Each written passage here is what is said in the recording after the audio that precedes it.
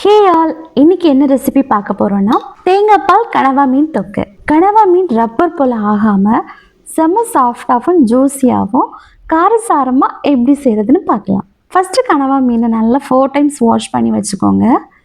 கவுச்சி ஸ்மெல் எதுவும் இல்லாமல். இதில் 1/2 ஸ்பூன் மஞ்சள் தூள், 1 ஸ்பூன் ஃபுல்லாக மிளகாத்தூள், 1/2 ஸ்பூன் கரம் மசாலா, 2 ஸ்பூன் இஞ்சி பூண்டு பேஸ்ட்டு, தேவையான அளவு உப்பு சேர்த்து நல்லா மிக்ஸ் பண்ணி ஃப்ரிட்ஜில் ஒரு 20 மினிட்ஸ் அப்படியே வச்சுருங்க.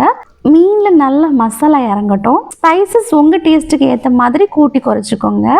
நான் சொன்ன அளவு நார்மலாக இருக்கும். இன்னும் எக்ஸ்ட்ரா ஸ்பைசஸ் வேணும்னா போட்டுக்கோங்க. நல்ல காரசாரமாக சொடுக்குன்னு இருக்கும். நெக்ஸ்ட்டு ஒரு மிக்ஸி ஜாரில் 2 பெரிய சைஸ் தக்காளி, 1 ஸ்பூன் ஜீரகம், 1 ஸ்பூன் சோம்பு, 1 ஸ்பூன் பெப்பர், கொஞ்சமாக கருவேப்பிலை சேர்த்து நல்லா ஃபைன் பேஸ்ட்டு அரைச்சி வச்சுக்கணும். இனி கிரேவி செய்ய ஒரு பேனில் தேங்காய் எண்ணெய் ஊற்றி எண்ணெய் நல்லா சூடானதும் கருவேப்பிலை, 2 பச்சை மிளகாய் போட்டுட்டு 2 பெரிய வெங்காயத்தை நல்லா ஸ்லைஸாக வெட்டி இது கூட சேர்த்து வதக்கணும்.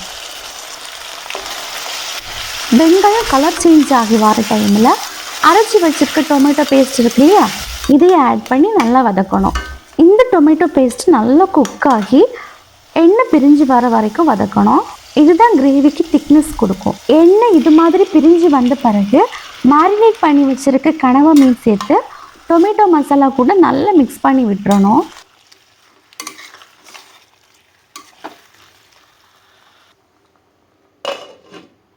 தேவைக்கு கொஞ்சமாக தண்ணி ஊற்றி அப்படியே மூடி வச்சுருங்க. நல்லா கொதித்து குக் ஆகட்டும். இந்த கேப்பில் நம்ம ஒரு அரை மூடி தேங்காவை அரைச்சி கெட்டியான தேங்காய் பால் எடுத்து வச்சுக்கலாம். ஒரு 5 to 7 மினிட்ஸில் கனவா மீன் வெந்துடும். இப்போ நம்ம இது கூட தேங்காய் பால் ஆட் பண்ணி மிக்ஸ் பண்ணி மூடி போட்டுடலாம்.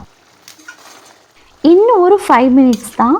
தேங்காய் பால் நல்லா வற்றி வந்த பிறகு ஸ்டவ்வை ஆஃப் பண்ணிடணும். உங்களுக்கு எந்த கன்சிஸ்டன்சிக்கு வேணுமோ அந்த டைமில் ஸ்டவ் ஆஃப் பண்ணலாம். அவ்வளோதான். நல்ல சாஃப்டாக ஜூஸியாக தேங்காய் பால் வாசனையோடி தேங்காய் பால் கனவா மீன் தொக்கு ரெடி. 1 டைம் ட்ரை பண்ணி பாருங்கள். எப்பவும் இதுதான் செய்வீங்க, இதுதான் செய்ய சொல்லுவாங்க. இந்த ரெசிபி ட்ரை பண்ணிவிட்டு எப்படி இருக்குன்னு நம்ம கமெண்ட்ஸில் சொல்லுங்கள். இது மாதிரி ரெசிபிக்கு நம்ம சேனலை சப்ஸ்கிரைப் பண்ணி வச்சுக்கோங்க.